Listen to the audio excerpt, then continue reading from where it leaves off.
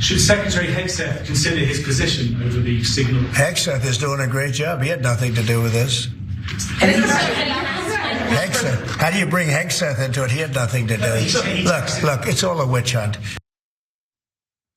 Oh, so we're at that point in the scandal where it's a witch hunt. I was wondering where we'd get to when we get to witch hunt. It didn't take that long. So how do you bring Pete Hegseth into this thing? What does he have to do with it other than the fact that he's in charge of this mission and he's on the group meeting and he's the one seemingly sharing more classified information than everyone else combined? I mean, plenty of them said terrible things that I think reflected poorly on them and the administration in America and maybe all of us in some sort of cosmic sense, but he did the most of it.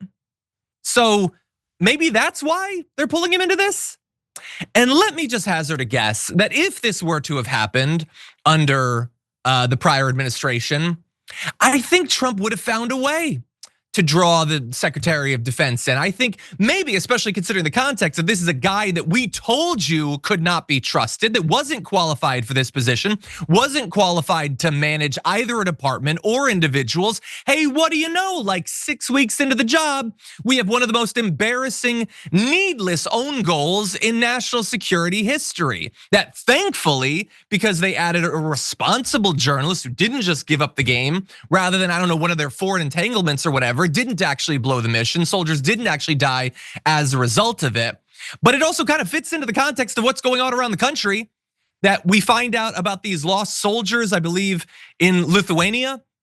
Trump's asked about it yesterday, whether he's been briefed on it. He's like, no, I don't know anything about it. Which is madness if he hadn't been briefed, but also, okay, let's give you that you're just finding out about it right now. You care to maybe express an emotion upon finding out that soldiers are missing, or in this prior case where their lives might have been at risk because of the buffoonish, clownish mistakes of your senior, not just Hegseth, but also JD Vance and Tulsi Gabbard and Waltz and all of the others? You got nothing. It's a witch hunt. It's a witch hunt. The thing about witch hunts typically is that generally the hunters don't accidentally add the witch to the investigation. This isn't a witch hunt. You guys did it. The witches couldn't have even gotten close to you guys if you had the most basic idea of operational security. But as with so many other things, it doesn't seem as if Pete Hegseth knew about any of that. And so if Donald Trump had a single testicle, if he had any morals, any ethics, any sense of responsibility to the country, Hegseth would already have resigned, or at the very least, they would have thrown Waltz under the bus or something. Because again, remember, we found out about this because of the clownishness of Waltz. He's the one that actually added him. But it is Pete Hegseth willingly using this unsecured place to share this mission critical information, highly specific. And I know that they say, well, no, it wasn't classified. I'm not familiar with any of that. Well, let's jump to some of the more recently released information. And so you can see that the text right here from Pete Hegseth. I don't know how it can be more specific than it already is. It says the types of vehicles that are gonna be delivering the weapons, when they're gonna launch, when they're gonna drop the mission, the bombs, how they know that the targets can actually be struck. I guess I don't know the middle name of the pilot running the mission, but other than that, I have a pretty good idea of it. And all of them are sharing this, all of them. Godspeed to our warriors, we are currently clean on OPSEC. He says that to the unsecured chat room that he's in at this point. And look, maybe they'll be scared off of using Signal after this. What are they gonna use? They're gonna use Discord? I don't know, are they gonna communicate in Roblox chat? I don't know, but this is so embarrassing. And look, nobody is surprised that the Trump administration isn't actually taking it seriously or owning up to it. They don't have that capability. That would be too, I don't know, fundamentally, traditionally masculine to actually hold yourself accountable for the mistakes that you made or the mistakes that the men you put in charge made. But clearly that's just not in the DNA of any of these feckless morons that are needlessly and I think with cost taking up all of these incredibly important national security positions. And by the way, as more time goes on, we find out not only why this was such an utter debacle, but that others are potentially out there waiting to blow up or maybe already have blown up.